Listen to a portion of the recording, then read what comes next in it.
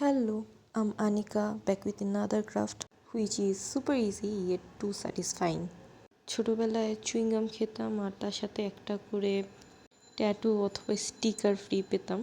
সেরকমই কিছু স্টিকার আমি অনলাইনে পেয়ে গিয়েছি। ডিফারেন্স একটাই, এগুলো ছিল অ্যানিমে অথবা কার্টুন ক্যারেক্টার আর এগুলো হলো ফ্লোরাল।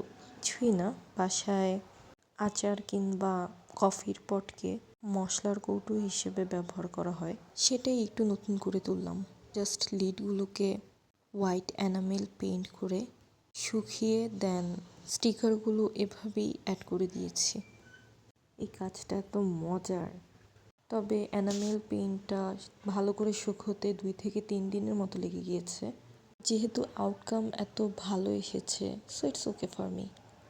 আমি নিয়েছিলাম 6টা পট, তার মধ্যে 4টা এভাবে ফ্লোরাল স্টিকার অ্যাড করেছি আর 2টো পেইন্ট করেছি কিছু কিউট কিউট ছোট্ট ছোট্ট নাম না জানা ফুল, আর হাইলাইট করার জন্য একটু এলোমেলো গোল্ডেন আউটলাইন। সবশেষে ভার্নিশ স্প্রে করার পর হেয়ার ইজ ফাইনাল রেজাল্ট।